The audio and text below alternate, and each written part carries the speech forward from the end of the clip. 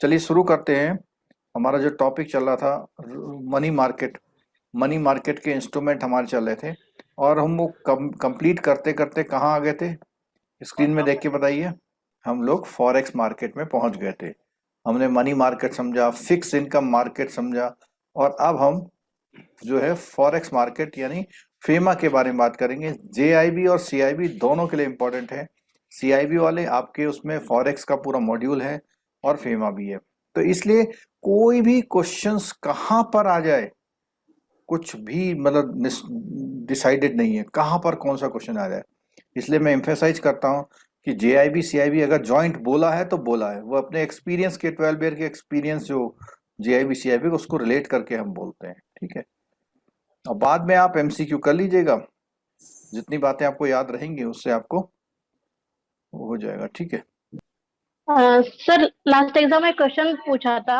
हाँ। Repo rate दिया, reverse repo दिया, एमएसएफ और सीआरआर, बोलते इनको डिसेंडिंग ऑर्डर में अरेंज करो, तो कौन सा रेट कितने परसेंट से देते हैं। तो इसका जो है सबसे पहले अगर वो क्वेश्चन मुझे एसएलआर। पता होता तो फिर ये सब क्लियर हो जाता। एक क्वेश्चन आपका 49 पे अटक गई ना, 49 पे अटक हाँ, गई था। अगर वो क्वेश्चन मुझे सही आता तो 50 पे पहुंच जाती मैं। चलो कोई बात नहीं। चलो अब देखिए, तो LIBOR, LIBOR London interbank offer rate, और ये एक तरह से का बेंचमार्क है। बेंचमार्क मींस यहाँ पे जो रेट आज डिसाइड हो जाएगा वो सबके लिए रेफरेंस रेट का काम करेगा, ठीक है। और ये जो लिबोर इशू किया था, यूएस डॉलर का अलग है, जीबी पाउंड का अलग है, यूरो का अलग है, स्विस फ्रैंक, कैनेडियन डॉलर, सबके लिए अलग अलग इशू किया जाता है।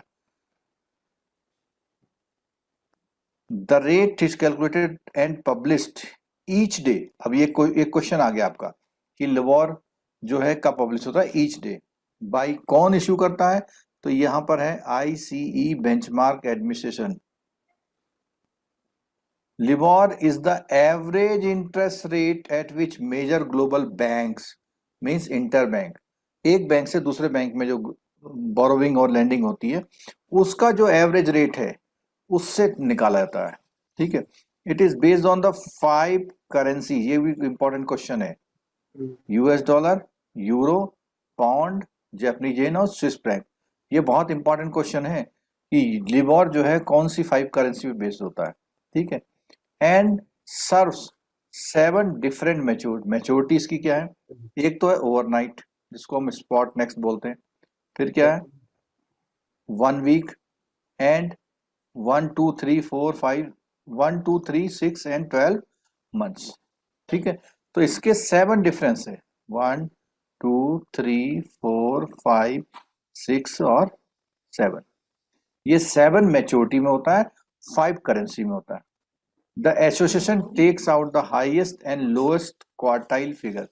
अब ये क्वार्टाइल की जहां बात आती है, जिन लोगों ने स्टैटिस्टिक्स पढ़ी होगी तो वो समझ सकते हैं क्वार्टाइल क्या होता है। एक कोई भी रेंज होती है, उसके 4 पार्ट करते हैं और उसके डिफरेंट मेथड होते हैं उसके एवरेज निकालने के, ठीक है। Then calculate the average from the remaining number, this is known as the trimmed average. अब ये क्वेश्चन आ गया बहुत इंपॉर्टेंट कि व्हाट इज ट्रिम्ड एवरेज। एक तो सिंपल एवरेज हुआ, ये क्या है? Trimmed average. Trimmed average, trimmed average में क्या बोलता है? वो कहता है जो क्वार्टाइल होते हैं, हाईएस्ट एंड लोएस्ट क्वार्टाइल, उनकी फिगर, और उसके बाद क्या करते हैं? इसको एवरेज निकालते हैं रिमेनिंग नंबर्स का, और इसी को बोलते हैं trimmed average. Association has constituted design the panel global bank और ईच करेंसी एंड 10 और पेयर। अब माइबॉर की बात आ गई, तो माइबॉर बिल्कुल वैसा ही है, लेकिन कहाँ का है ये? माइबॉर इंडिया का, मुंबई में होता है, ठीक है। MIBOR rates have been used as benchmark rate for the majority of money market. तो मनी मार्केट के लिए क्या डील करते हैं हम लोग? रेट लेते हैं, वो माइबॉर लेते हैं, और फॉरेक्स मार्केट हम लोग क्या लेते हैं? लिबॉर लेते हैं, ठीक है।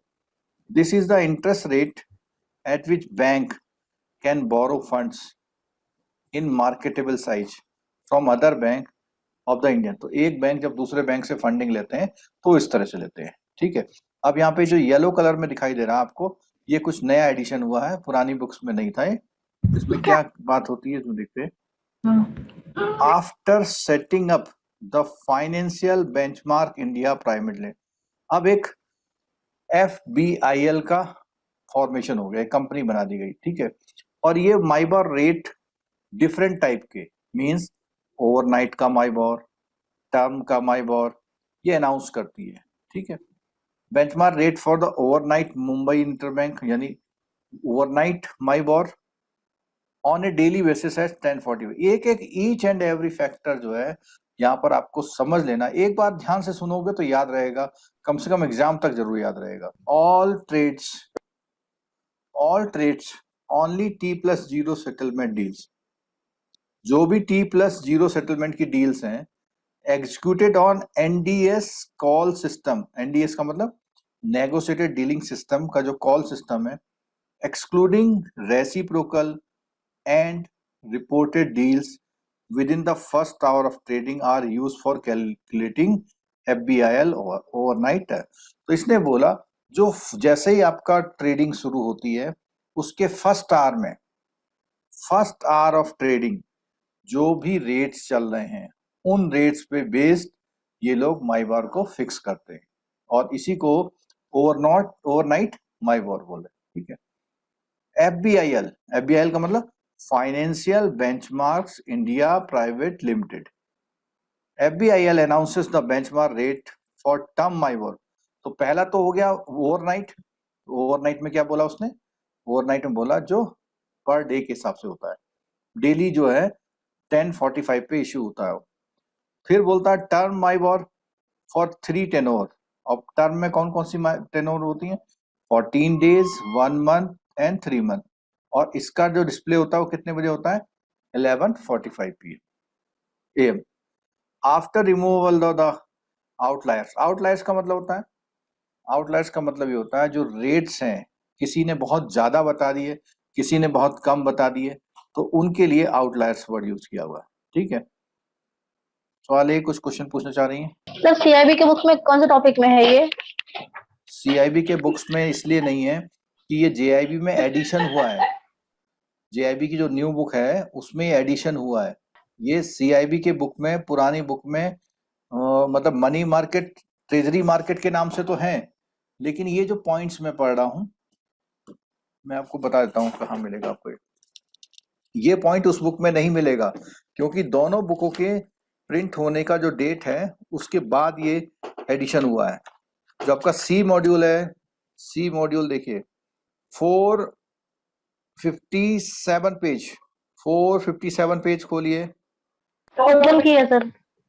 है तो मिला? उस पे तो interest rate swap, currency swap वही है। नहीं, 457 पेज के टॉप में the issue of debt paper and lending banks. हाँ, the issuer Okay. of that paper and the lending bank link the interest rate of benchmark rate acceptable to investor so that the actual interest paid by them reflect to the market rate वाला। इस paragraph में 1 day का माइबॉर के बारे में बात की गई है, दिख रहा कहीं पे? मिला सर, मिला। हाँ, थोड़ा सा है लेकिन अभी हम इसको पढ़ लेते उसके बाद वहां पे जाएंगे, ठीक है। मतलब आपको ये मेरा कहना है कि ये सिलेबस है आपका, आप ये नहीं सोचिए कि ये JIB है, ये मेरा कन्विंसिंग का वो था बस, ठीक। और ये येलो में यहाँ लिखा हुआ है वो आपकी बुक में भी अपडेटेड नहीं है, ये लेटेस्ट अपडेटेड है, ठीक है। तो हम लोग क्या लाइबॉर पढ़ा हमने, फिर हम माइबॉर पढ़ रहे हैं। माइबॉर में कौन सा माइबॉर, 2 तरह के माइबॉर, जरा जल्दी से बता दीजिए कौन से 2 माइबॉर होते हैं? Overnight term MIBOR, overnight and term. एक है ओवरनाइट और एक है टर्म, ठीक है। ओवरनाइट में उसने बोला 10:45 AM पर डेली बेसिस में वो अनाउंस करता है, और ये जो अनाउंस करता है इन अनाउंसमेंट में इसकी खास बात क्या है कि ये first hour of trading FBIL जो है वो अनाउंस करता है, ठीक है। और जो टर्म माइबॉर है उसको 11:45 में करता है, और टाइम माइबॉर जो अनाउंस की जाती है 14 डेज की, 1 मंथ की और 3 मंथ की, ठीक है। अच्छा, लाइबॉर कितने मैच्योरिटीज पे अनाउंस होता है? 7 मैच्योरिटीज पे। 7 कितनी मैच्योरिटी करेंसी में इशू होता है? 5 करेंसी। 5 5 करेंसी। करेंसी। तो ऐसे बीच में से क्वेश्चन निकल के आ जाते हैं जो कभी भी आपके एग्जाम में वो रहते हैं, ठीक है। अब देखिए यहाँ पे जो ये बता रहा है कि टर्म माइबोर की बात, वो कहता है after removal of outlier. Outlier का मतलब जो गलत बोल रहे हैं, रेट को सही नहीं बता रहे हैं, उनको हटाने के बाद the mean rate and standard deviation is computed for each category rate. Every category का वो रेट निकालता है। अभी उसको थोड़ा सा एग्जांपल देना चाहूंगा मैं। यहाँ पर इस तरह से कुछ काम करता है, जैसे 14 डेज का निकाला, किसी ने बोला 6.25, किसी ने बोला 6.27, किसी ने बोला 6.90, किसी ने बोला 6.30, किसी ने बोला 6.22। तो आउटलायर निकालेगा। आउटलायर का मतलब जो सबसे हाईएस्ट और लोएस्ट उसको निकालेगा। ये निकाल दिया आउटलायर। आउटलायर का मतलब जो नॉर्मल से कुछ ज्यादा है, ठीक है, उसको हटा दिया। बाकी जो बचे उनसे जो रेट डिसाइड करेगा, फिर यहाँ बोलता है मीन रेट, इनका मीन रेट निकाल के और इनका standard deviation, standard deviation CIB में अलग से बताएंगे, वो निकालने के बाद तब डिसाइडेड होता है, ठीक है।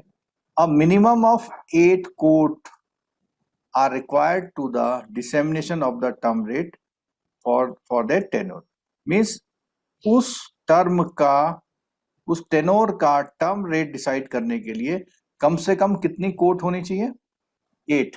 मैंने कितनी लगाई है बोलिए? 5। तो कहता है ये सब करने के लिए कम से कम 8 कोट होनी चाहिए हमारे पास, तब हम निकाल पाए। If the threshold of 8 quote for a tenor is not met, CCIL will not disseminate the rate for the tenor of the day। Means उस दिन का CCIL रेट अनाउंस नहीं करेगा अगर 8 कोट नहीं आएंगे। The CCIL act as a calculating agent for these. Means CCIL इनके rate को डिसाइड करता है, ठीक है। चलिए अब आ गया foreign exchange management act. CIB वालों, आपकी बुक में एक यूनिट है, यूनिट नंबर 7 है, कौन सी? BFM की बुक में 7 नंबर यूनिट है 151 पेज पर। 7 नंबर यूनिट है 151 पेज पर, मिला ना? तो 151 पेज पर जो टॉपिक है उसमें फेमा का नाम दिया हुआ है। तो जो वहां फेमा का नाम दिया हुआ है, कुछ यहाँ दिया हुआ है, तो पहले यहाँ पढ़ लेते हैं। और JIB वाले मुझे बताएंगे फेमा और कहाँ मिलता है आपको? Module D. LRAB में आपका एक यूनिट है, ठीक है। चलो तो फेमा के बारे में बात करते हैं, तो हमारा LRAB में भी टच हो जाएगा थोड़ा सा। तो फेमा, पहली बात तो यह है कि इंडिया में फॉरेन एक्सचेंज को रेगुलेट करने के लिए फर्स्ट टाइम 1939 में क्या हुआ? Series of rules under the defence of India act 1939, ये सबसे पहले आया। फिर उसके बाद फॉरेन एक्सचेंज क्राइसिस के बाद फॉरेन एक्सचेंज रेगुलेशन एक्ट आया 1947 में, और उसके बाद इसका नाम 1973 में फेरा हो गया, वो फेरा से फेमा हो गया, ठीक है। इसमें बोला foreign exchange regulation act, subsequent this act was replaced by the foreign exchange. यहाँ पर ये मैनेजमेंट रेगुलेशन है ना, और इसका 99 में फिर मैनेजमेंट हो गया। यहाँ देखिए ये है फॉरेन एक्सचेंज मैनेजमेंट एक्ट 99, ठीक है। 73 में क्या हुआ? मेजर चेंजेज आए थे, मेजर चेंजेज आए थे, लेकिन वो किस में आए थे चेंजेज? फेरा में, ठीक है। इसीलिए फेरा 1973 कहा जाता था। और उसके बाद एक्चुअली आया था 1947 में, लेकिन मेजर चेंजेज आए और 1999 में ये हुआ। और इसका एक क्वेश्चन बहुत इंपॉर्टेंट है कि 1 जून ऑफ 2000 से ये इंप्लीमेंट हुआ था, ठीक है। एप्लीकेबिलिटी की बात आई, तो एप्लीकेबिलिटी में जब भी बात आएगी तो सबसे पहले इंपॉर्टेंट है relating to the foreign exchange with the objective of. अब कभी पूछता फेमा का ऑब्जेक्टिव क्या है? क्या ऑब्जेक्टिव है? Facilitating external trade, means trade को भी हेल्प करता है, and for promoting the orderly development and maintenance of foreign exchange market in India. दो पर्पज हो गए इसके।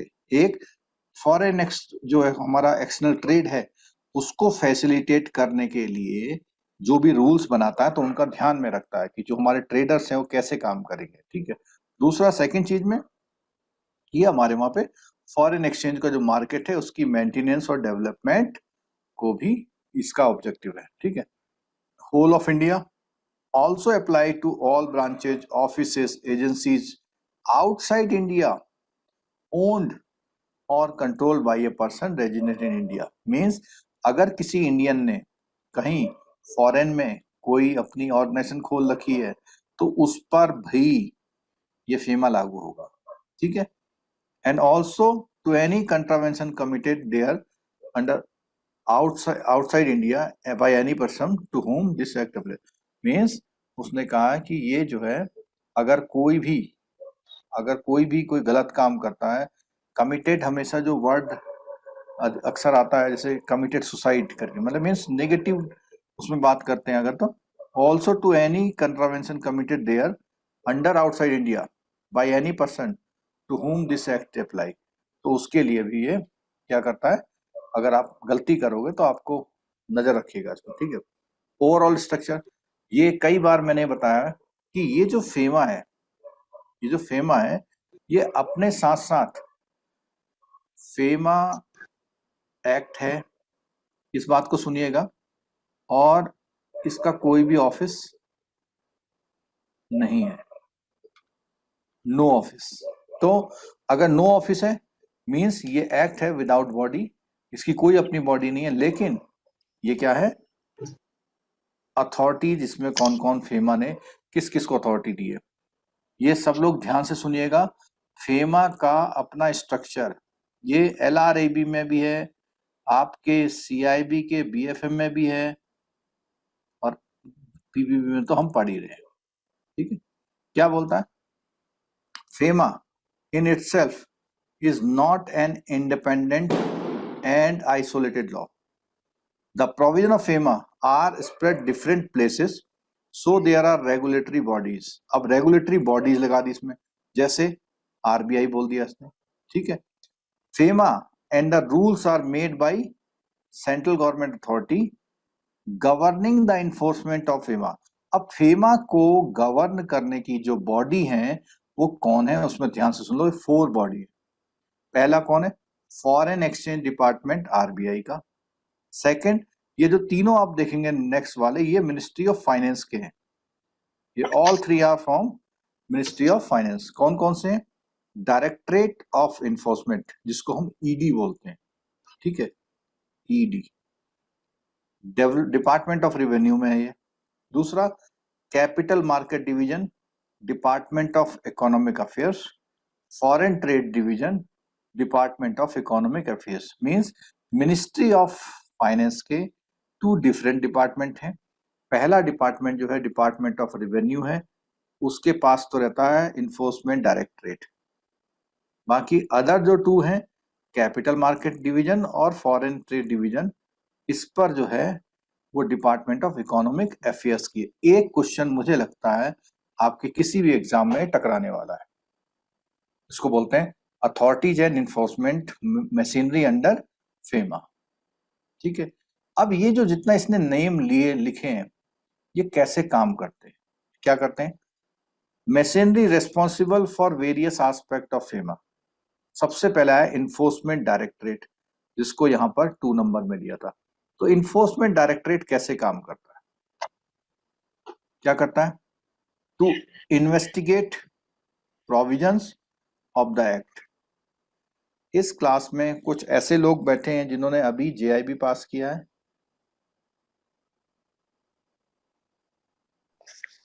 Yes sir. बैठे हैं, आपको ध्यान आ रहा है, हमने फेमा पढ़ा था लास्ट 1 दिन पहले। Yes sir. तो कई सारी चीजें इंटरलिंक्ड हैं आपकी JIB और CIB में। तो अभी देखते हैं आपको कितनी चीजें वहां की ध्यान आ पाती हैं, क्योंकि करीब 20 दिन पहले पढ़ा था आपने। चलो तो देख रहे, एनफोर्समेंट डायरेक्टरेट क्या होता है। तो उसने बोला कि to investigate provision of the act, the central government have established the Directorate of Enforcement with directors and other office। Means इस ऑफिस में एक तो डायरेक्टर और मतलब डायरेक्टर्स एक से ज्यादा और अदर ऑफिसर्स इसमें हो सकते हैं of the enforcement. The office of the director perform adjudication functions so as to impose penalty on person of contravention of the act।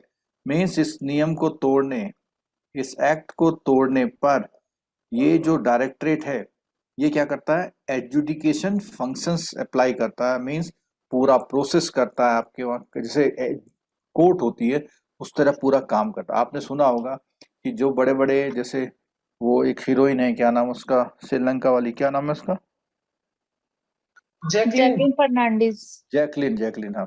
तो अभी पीछे केस हुआ था तो उसे रोजाना बुलाते थे वहां पर, हाँ, जो इन्फोर्समेंट डायरेक्टरेट बुलाता था। क्यों बुलाता था, उसे पूछताछ करता था, केस चलता था, और अगर पेनल्टी की जरूरत होती तो पेनल्टी देगा जब वो डिसाइड हो जाएगा। ठीक है, फिर क्या है, यहाँ इसने बोला कि ये जो है एजुडिकेट फंक्शन तो करता है, लेकिन वो अथॉरिटी कौन है, जो एजुडिकेट अथॉरिटीज होती हैं, कौन होता है, इसने बोला will issue a notice to the person who has contravened का मतलब उसने नियमों का उल्लंघन करना, ब्रेक करना rule. The provision of the foreign exchange rules regulation notification or any direction issued by. Means एक तो इसने बोला कि फेमा के एक्ट, उसके अलावा rules regulation notification or any direction issued by RBI. Means FEMA का तो एक्ट अपना हो गया, लेकिन फेमा ने आरबीआई को रूल बनाने की पावर दी, उसके रूल का वायलेशन करेगा तो ये नोटिस इशू करेगा। एडजुडिकेटिंग ऑफिसर जो क्या करेगा, नोटिस इशू कर देगा। अब क्या होगा, अगर उस नोटिस के अगेंस्ट में आपको अपील करनी है तो इसको बोलते हैं special director. Special director appeal, वहां पर एक पोस्ट है, वो क्या करेगा, एनी पर्सन एग्री, अगर आपको कुछ उनके जो एजुडिकेटिंग अथॉरिटी थी ये फर्स्ट नंबर वाली, इससे कुछ प्रॉब्लम है तो आप वहां पर स्पेशल डायरेक्टर अपील को अपनी बात कह सकते हैं। अब बात आती है एपीलेट ट्रिब्यूनल। अभी तो यहाँ पर डायरेक्टर अपील है, अब पूरा ट्रिब्यूनल है। ट्रिब्यूनल क्या करता है, जो पूरा डिसीजन हो जाता है उसके अगेंस्ट में आता है। मुझे कोई बताएगा कि ये स्पेशल डायरेक्टर अपील किन की अपील सुनता है, किसके अगेंस्ट अपील सुनता है? ईडी सर, ये एजुकेटिंग अथॉरिटी की अपील सुनता है। ठीक है, एजुकेटिंग अथॉरिटी जो कर रही है उनकी अपील सुनता है स्पेशल डायरेक्टर। लेकिन जब इनका डिसीजन हो जाता है, क्या हो जाता है, जब इनका डिसीजन हो जाता है तो डिसीजन की अपील कौन सुनता है, एपीलेट ट्रिब्यूनल। अब एपीलेट ट्रिब्यूनल में क्या होता है, एनी पर्सन जो जिसको भी कुछ प्रॉब्लम है, तो उसने बोला, एक तो बोला एजुडिकेटिंग अथॉरिटी के डिसीजन को, एक यहां पर है नोटिस, नोटिस की अपील तो यहां हो जाएगी, लेकिन एजुडिकेटिंग अथॉरिटीज पूरा प्रोसेस से अगर आपको कोई पनिशमेंट दे दे तो आपको यहां आना पड़ेगा। उसका नाम क्या है, special director appeals can prefer an appeal to the appellate tribunal. Means इसके डिसीजन से, किसके, स्पेशल डायरेक्टर अपील्स के किसी भी डिसीजन से अगर आपको कोई प्रॉब्लम है तो आप कहां जाएंगे, ट्रिब्यूनल में जाएंगे। ठीक है, आगे देखिए, FEMA envisages that RBI shall have controlling role in management. तो ये हमने पहले ही बोल दिया, कंट्रोलिंग रोल आरबीआई को दिया हुआ है। RBI can not directly handle foreign exchange transaction. ये बहुत इंपॉर्टेंट पॉइंट आ गया। मीन्स आरबीआई डायरेक्टली कोई भी फॉरेन एक्सचेंज ट्रांजेक्शन हैंडल नहीं करता, वो किसके करता है, authorised person. It authorised person to deal in foreign exchange as per direction issued by RBI. RBI is empowered to issue direction to such authorized person. ये क्या करता है, कहता है भैया मैं डायरेक्ट ट्रांजेक्शन नहीं करूंगा, मैं कुछ लोगों को ऑथराइज कर दूंगा। ठीक है, these directors are direction are issued through APDIR circulars. AP stand for the authorized person and directive stand for the direction, DIR। ठीक है, कभी कभी ऐसे क्वेश्चन भी आ जाते हैं एग्जाम में आपके, फिर आप कहते हैं पता नहीं कहाँ लिखा था। ठीक है, चलिए आगे देखते हैं। Important provision of the act, section 3 क्या कहता है? Prohibits dealing in foreign exchange accept through an authorised person के अलावा आप किसी से फॉरेन एक्सचेंज की डीलिंग नहीं करेंगे। No person can without general and specific permission RBI, बिना आरबीआई के ये फॉलोइंग वर्क नहीं, ये काम नहीं कर सकता। क्या नहीं कर सकता? वो डील नहीं कर सकता, डील इन और ट्रांसफर एनी फॉरेन एक्सचेंज। ठीक है। दूसरा, मेक एनी पेमेंट, भाई एक तो डील करना हुआ, दूसरा वो पेमेंट करना, पेमेंट भी नहीं कर सकता। For the credit of any person resident outside India in any month, means कोई बाहर का कोई आदमी है उसके लिए कोई भी पेमेंट नहीं कर सकता यहां से, रिसीव भी नहीं कर सकता। Otherwise through an authorise person के अलावा वो किसी से भी मनी इंडिया में नहीं मंगा सकता। Enter into any financial transaction in India as consideration for और इन एसोसिएशन विथ एक्विजिशन और क्रिएशन ऑफ ट्रांसफर और राइट एक्वायर। अब इसमें सुनिएगा, वो कोई भी ऐसा फाइनेंशियल ट्रांजेक्शन नहीं करेगा जिसमें क्या है, वो किसी आउटसाइड इंडिया के किसी पर्सन से अगर है, means enter into any financial transaction in India as consideration for और in association with acquisition, acquire करना, क्रिएट करना, ट्रांसफर करना, transfer of right to acquire any asset outside India, कि वो बाहर किसी भी कंट्री में कोई भी एसेट एक्वायर नहीं करेगा। ठीक है, इसके लिए क्या होगा, उसको स्पेशल परमिशन लेनी होगी। सेक्शन 4 क्या कहता है? Restrains any person resident in India from acquiring, holding, owning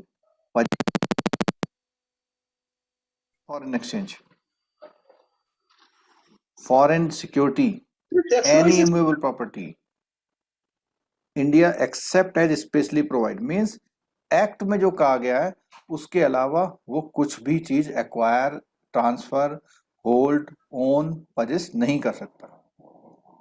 the term foreign exchange and foreign security define की गई है 2N 2O, इसके सेक्शन 2N और 2O में ये डिफाइन किया गया है कि फॉरेन एक्सचेंज का मतलब क्या होता है, फॉरेन सिक्योरिटी का मतलब क्या होता है।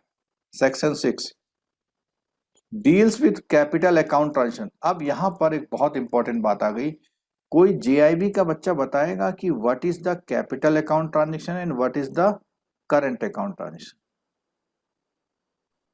अभी हमने पढ़ा था ये। सर कैपिटल लॉन्ग टर्म होता है और जो करंट है जो रनिंग ऑपरेशन के लिए चाहिए।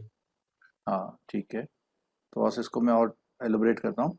करंट अकाउंट ट्रांजेक्शन होता है जो ट्रेड के लिए चाहिए, ट्रेडिंग पर्पज जो आप डीलिंग करते हैं, मींस आपने रॉ मटेरियल मंगाया, वो ट्रेडिंग पर्पज के लिए मंगाया, उसको आप सेल कर रहे हैं, परचेज कर रहे हैं, तो वो होता है करंट अकाउंट ट्रांजेक्शन। ठीक है। एक होता है कैपिटल, कैपिटल अकाउंट में क्या होता है, लॉन्ग टर्म एसेट बनते हैं, लॉन्ग टर्म एसेट, सीआईबी वाले समझ लीजिएगा, लॉन्ग टर्म एसेट। और लॉन्ग टर्म एसेट में आपका क्या होता है, सपोज कीजिए आपने कोई मशीनरी मंगाई है, उसका पेमेंट करना है फॉरेन में। ठीक है, तो क्या होता है, this section allow a person to draw or sell foreign exchange from authorised person for a capital account transaction. RBI in constitution consultation issued various regulation capital account transaction in terms of section 3 of section 6। ठीक है, चलो आगे देखते हैं। Deals with export goods and service, section 7 कहता है कि आप कैसे एक्सपोर्ट की गुड्स और सर्विसेज को डील करेंगे। Section 8 cast the responsibility of a person resident in India who have any amount of foreign exchange due or accrued in their favor to get same realized and repatriated to India, means आपका कहीं पर भी कोई payment है तो उस payment को जो लाया जाता है उसमें उस पेमेंट को लाने के लिए एक बात बोली है उसने कि सेम रियलाइज्ड एंड रिपेटेड, मींस वहां उसका पेमेंट आपको मिल गया हो और उस पेमेंट को आप इंडिया ले आएंगे, इसके लिए प्रोविजन है सेक्शन 8 में। सेक्शन 10-12 में क्या है, deals with the duty and liability of the authorised person, means जो आपके बैंक है जो फॉरेन एक्सचेंज में डीलिंग करते हैं या जो फॉरेन एक्सचेंज का जिनके पास लाइसेंस है, जिनको ऑथराइज्ड पर्सन का लाइसेंस मिला हुआ, उनकी ड्यूटी लायबिलिटी को डिफाइन करता है। सेक्शन 13-15 में क्या है, आपको ऐसा सेक्शन 13-15 याद नहीं रखना है, आपको केवल अपने माइंड में ये रखना है कि ऐसे ऐसे मोटे मोटे रूल्स बने हुए हैं। Section 13 and 15 of the act deals with penalties and enforcement of the order of adjudicating authority as to means जो हमारे ऊपर नेम दिए हुए थे, कितने नेम थे यहाँ पे, 4 लोगों के नेम दिए थे, इन 4 लोगों की सारी पावर की बात जो करी है वो इस सेक्शन में करी हुई है। ये 4 लोग इन्फोर्समेंट डायरेक्टरेट है आपका, ये जो 4 लोग हैं ये उस सेक्शन में की गई है 13 to 15 वाले में। इसके बाद अगला आता है section 36 to 37 pertains to the establishment of directorate to means DIED का जो ऑफिस का सेटअप है, यहाँ तो बोला पेनल्टी है और 36 से 37 में ये बोला हुआ है। ठीक है, जरा CIB वाले अपनी बुक खोलेंगे, 158 से जो आके लेके सारा दिया हुआ है ये CIB की सेपरेट क्लास में हम लोग कवर करेंगे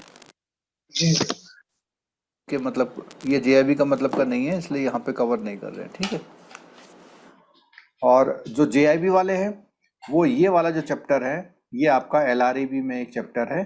ठीक है, वो उसको हम एक बार जब रिवीजन करेंगे एग्जाम टाइम में तब करेंगे। ठीक है, तो इतनी बातें आपको समझ में आ गई हो। इसके एक बार जरा से क्वेश्चन कर लेते हैं, देखते हैं आपको कितना याद रहा नहीं है। फर्स्ट क्वेश्चन, सब लोग अटेंटिव हो जाएं, बाकी जो और अच्छे क्वेश्चन तो तूर सर कराएंगे, लेकिन यहाँ जो बेसिक बुक के क्वेश्चन दिए हुए हो। पहला question, money lent by a banker for 1 day is known as, कोई दिक्कत है इसमें? Call money. सही कहा सबने? अगला क्वेश्चन मैं इसमें थोड़ा एक्सप्लोर कर दूं, 1 2 to 14 और 15 to ठीक। Which one of the following entity is not permitted by the participant to both as lender और, बहुत अच्छा क्वेश्चन है, अगर आप लोगों ने क्लास ढंग से ली थी इसका आप आंसर कर सकते हैं। Cooperative banks. कोऑपरेटिव बैंक है सर। Cooperative banks. पक्का? पक्का। देख लो। प्राइमरी डीलर होगा सर। सर प्राइवेट नहीं आ सकता, प्राइमरी डीलर है। Corporate bank. Cooperative banks. Cooperative bank है सर। कैसे चलेगा कोऑपरेटिव बैंक के लिए 2% NBFC सर, NBFC। हाँ, ये ध्यान करो, सबके लिए टारगेट बने हुए हैं। आता हूँ मैं। अब देखो कोई टॉपिक पढ़ा हमने और हम उसका आंसर नहीं कर पा रहे, और हो सकता है कि क्लास मिस करी हो किसी ने, लेकिन अगर जिसने क्लास मिस नहीं करी उसमें बिल्कुल क्लियर कट बता रखा है, दिखाते हैं। फिर कॉल मनी कोऑपरेटिव के लिए 2% है सर NDTL का। हाँ सही याद आ गया, CIB किताब में याद है सर वो। ये है, देखो नहीं JIB की किताब में भी है, CIB की किताब में भी, बस फर्क ये था कि इसमें पैराग्राफ दिया हुआ है, JIB की बुक में पैराग्राफ दिया हुआ है, CIB में नहीं है। देखो कौन कौन से हैं, scheduled commercial bank, cooperative bank और प्राइमरी डीलर। NBFC नहीं है। NBFC को वहां पर परमिशन नहीं है। कहाँ पर? कॉल मनी मार्केट में। कॉल मनी मार्केट के अंदर उसको पार्टिसिपेट करने की परमिशन नहीं है। ठीक है, तो ये आंसर हमारा है। विच of the following a maximum tenure of treasury bill? 364। ठीक है। Minimum amount of the CD? 1 lakh. 5 lakh. लेकिन ये चेंज हुआ है ना 5 5 lakhs लाख हो गया। हो ओके गया। हाँ चेंज हो गया 5 5 लाख हो lakhs and गया। its multiples. ठीक है, 5 लाख और multiple. In India interest rate swap are commonly traded on which of the following benchmark? MIBOR. MIBOR तो लिखा ही नहीं कहीं पे, लिखा ही नहीं। इंडिया माइबोर तो कहीं लिखा ही नहीं है। 5 4 कौन सा? माई फॉर, My for. ठीक है। कौन सा हो जाएगा? माई फॉर हो जाएगा, ठीक है। इसमें the maximum tenure of the CD, ICD, inter corporate deposit, इसमें हमने क्या बताया था कि जब 1 year है। कोई एक कॉर्पोरेट दूसरे कॉर्पोरेट से फंडिंग लेता है या देता है तो उसमें इसका यूज किया जाता है। सीडी, 1 year के लिए होगा सर। CP, 1 year। आईसीडी, सबका 1 ईयर है। 1 year। LIBOR stand for London interbank bank of Bank of Baroda. Under FEMA the emphasis is on Management of foreign. Management of foreign management. ये जो इसका are था वो कन्वर्ट हो गया management. ये जेआईबी में क्वेश्चन आया था आपकी बार, ठीक है। यहाँ देखिए ये 99 का एक्ट है, कब से इम्प्लीमेंट हुआ? 2000। अभी थोड़ी देर पहले हमने इसकी बात किया था। जून 2000। तो अब ये जो हमारा यूनिट नंबर 4 था, कौन सा इसका नाम क्या था? Money market product. ये कंप्लीट हो गया है हमारा, चाहे हमारा 3 क्लास में हुआ, लेकिन ईच एंड एवरी एस्पेक्ट में हमने डिस्कस किया। और इसके बाद आप एमसीक्यू करिए, तभी चैप्टर के जो बेस्ट बेनिफिट हैं आपको मिलेंगे। और नोट्स सर- बनाने का मैंने प्रोसेस एक बताया था कि आप जब क्लास लेते हैं केवल उसको नोट करो जिसको आज तक सुना नहीं या जिसके बारे में समझ में नहीं आया। जो चीज बहुत इजीली आ गई समझ में तो उसको अंडरलाइन कर लो, नोट मत करो कहीं पर अलग से, क्योंकि एग्जाम में हर एक बंदे के अपने नोट्स होने चाहिए। अगर आप सोच रहे हैं कहीं से नोट्स मिल जाएं और मैं एग्जाम में रात में पढ़ के चला जाऊं तो शायद हो सकता है उसका उतना इफेक्ट नहीं पड़ेगा। आपने अगर नोट्स बनाए, और नोट्स बनाने में मैंने बोला था कि ग्रामर का यूज नहीं करें, सेंटेंस को छोटा रखें, पिन पॉइंट रखें, केवल कीवर्ड को यूज करें, ठीक है। और जो जेआईबी वाले लोग होते हैं वो अपनी किसी भी चीज को सीखने की ना अपनी स्टाइल चेंज करिए। आप लोग सीआईबी वाले मोस्टली फैक्ट पे रुकते हैं, उसके पीछे और जानने की कोशिश करिए फैक्ट से अलावा। और फैक्ट अगर जान रहे हैं तो कॉम्बिनेशन ऑफ फैक्ट्स मींस उसमें अगर 10 फैक्ट हैं तो 10 के 10 आपको मालूम होने चाहिए। सीआईबी में 20 क्वेश्चन डायरेक्टली मिल जाते हैं, सॉरी जेआईबी में, और सीआईबी में डायरेक्ट क्वेश्चन 5 से ज्यादा नहीं मिलने वाले आपको। हर क्वेश्चन में कॉम्प्रिहेंसिव अप्रोच रखी जाती है सीआईबी वालों के लिए। सर हाँ बोलिए। सर सर्टिफिकेट ऑफ डिपॉजिट का जो टेन्योर है अभी हम्म। गूगल पे सर्च किया, उसमें not less than 1 year and not exceeding 3 years from the date of issue बता रहा है। चलिए बस एक मिनट स्टॉप करिए। ये इन्होंने जो क्वेश्चन पूछा है कोई बता सकता है कि ये हमने डिस्कस किया है क्लास में? Pardon sir. ये जो ये कह रहे हैं कि जी सर। सर्टिफिकेट ऑफ डिपॉजिट का जो टेन्योर है जी। नेट में दिखा रहा है कि 1 ईयर टू 3 ईयर है, और हम नहीं लोग सर, पढ़ 7 रहे days हैं है। 7 day to 7 day to 1 year। 1 year from लेकिन डेट ऑफ ये इशू नेट में दिखा रहे हैं कि 1 साल से 3 साल तक। सर है क्या हमने एफआई के लिए। नहीं है तो, लेकिन हमने डिस्कस किया था क्लास में। हाँ जी सर किया था। मैंने बोला था कि जो फाइनेंशियल इंस्टीट्यूशन है इनके उनके लिए लिए। टेन्योर 1 to 3 हाँ। है, नॉर्मल 7 to 1 ही है, ठीक है। लेकिन Yes, sir. फाइनेंशियल इंस्टीट्यूशन के लिए टेन्योर 1 to 3 ईयर। ये सर उसी नोट्स में है आपके जो आपने डाला हुआ, उसी के अंदर है ये उसी हाँ, नोट्स में। उसी नोट्स में FI है। can however issue हाँ। CD for the period not less than 1 year and not exceeding 3 years। ये भी है और हमने क्लास में नेक्स्ट डे क्लियर भी कर दिया था आपको।